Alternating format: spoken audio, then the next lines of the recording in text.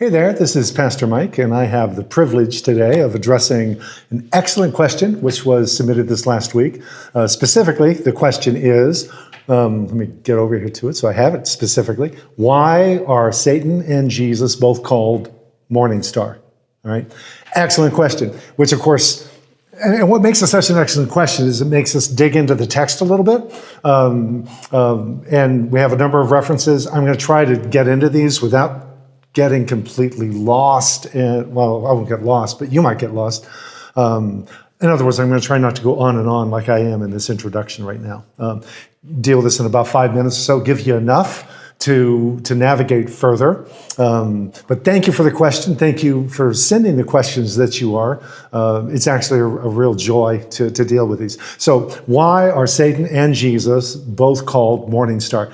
Now this takes us to Isaiah 14 to start with, which is our original reference. Isaiah 14 is this is kind of where it starts. You'll read it in Isaiah 14, 3 through 23. I'll let you read the whole text.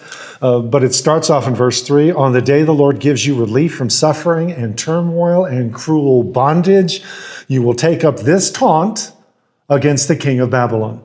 All right, so in essence, once the king of Babylon has met his untimely, or timely actually, end, and is no more, and in fact is pictured as dying in disgrace and doesn't even have a proper burial. He's just, and he's just like any other man and so forth. That's when you take up this taunt. It is a taunt. And so this is what the people of Israel who had been under his thumb, under his boot, are now saying now that they're free. All right. You don't taunt kings while they still have power. Ecclesiastes says that's really unwise to do, even secretly, because the little bird will hear and take it to him and off with your head. So this is a taunt in the mouth of God's people, which means everything that is said here and said about him is what they are saying about him, as opposed to him saying this about himself or God saying this is what's true about him.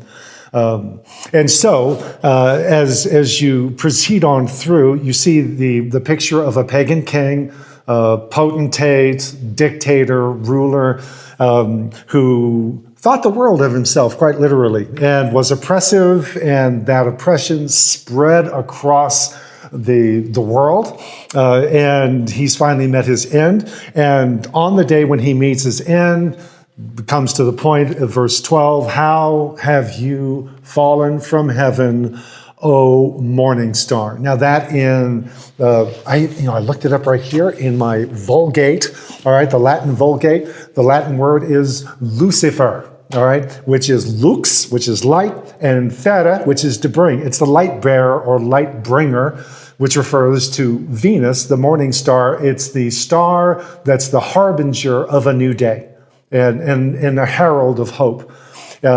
This, of course, became deified. Venus became a goddess. They deified the stars. And so, for a potentate, ruler, king, emperor to take this up as an image for himself is a way of, basically deifying himself.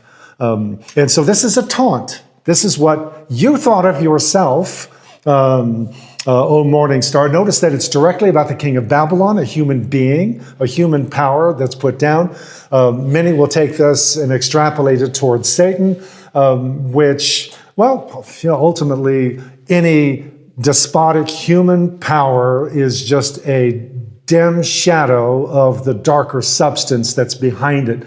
We don't wrestle with flesh and blood, but against the powers, the authorities, spiritual forces of evil in the heavenly places, in the spiritual domain.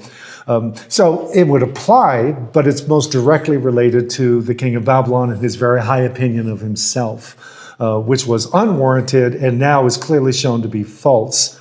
So you can read the whole text and see that flow of this taunt.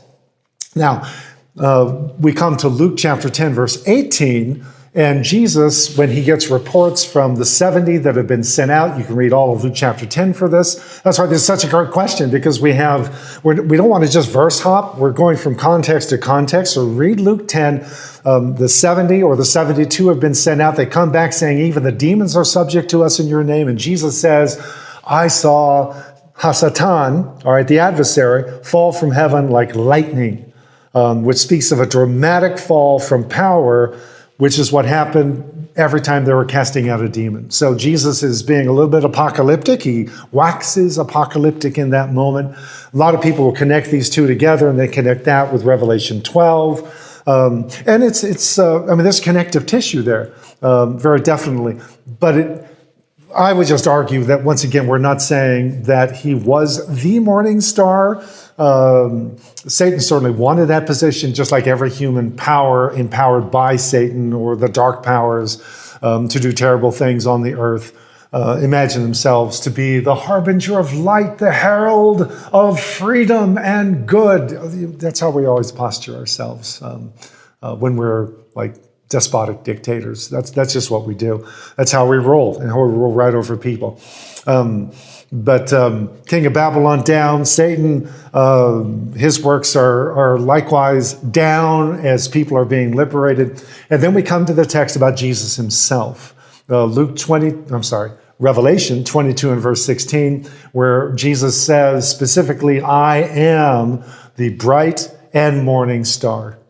And that would be, the Greek word is prosphoros. Ospharos is another word. It's the bearer of morning, the bearer of light. It's that morning star, the bright star that appears just before the day, before the dawn of a new day. Jesus says, that is what I am.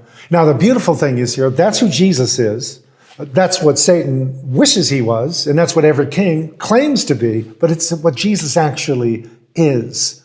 But then Jesus goes further, and this is probably the original place this question rose from, I'm guessing, would be in Revelation 2, 26 through 28, church at Thyatira, where Jesus says, to him that overcomes, I'm going to give authority, just as my Father gave me authority, and I will give you, or him, the overcomer, the morning star. And so we become basically the morning star, heralding a new day in him. And this is paralleled in 2 Peter 1:19, where Peter says, pay attention to the words of the prophets, like Isaiah 14. Pay attention to the words of the prophets as to a light shining in a dark, murky place until the day dawns and the phosphoros, the light bearer or the morning star, rises in our hearts. And so Jesus is the morning star, Christ is in us, which means we become also ones who are bearing the light of Christ. We are all Christophers, right? Bearers of Christ into the world. So both terms refer or are used in reference to either a pagan king like the king of Babylon or not directly to Satan, unless you're taking a double reference there. But that's a claim.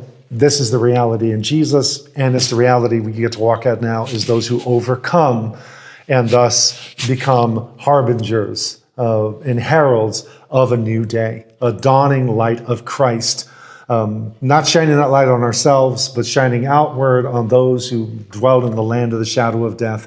On them, the light of Jesus has dawned. And so we become light. Ephesians 5. That could be the parting text for you to read, Ephesians 5. I've gone over. I'll stop. Thank you for your time, and thank you for these questions, and God bless you.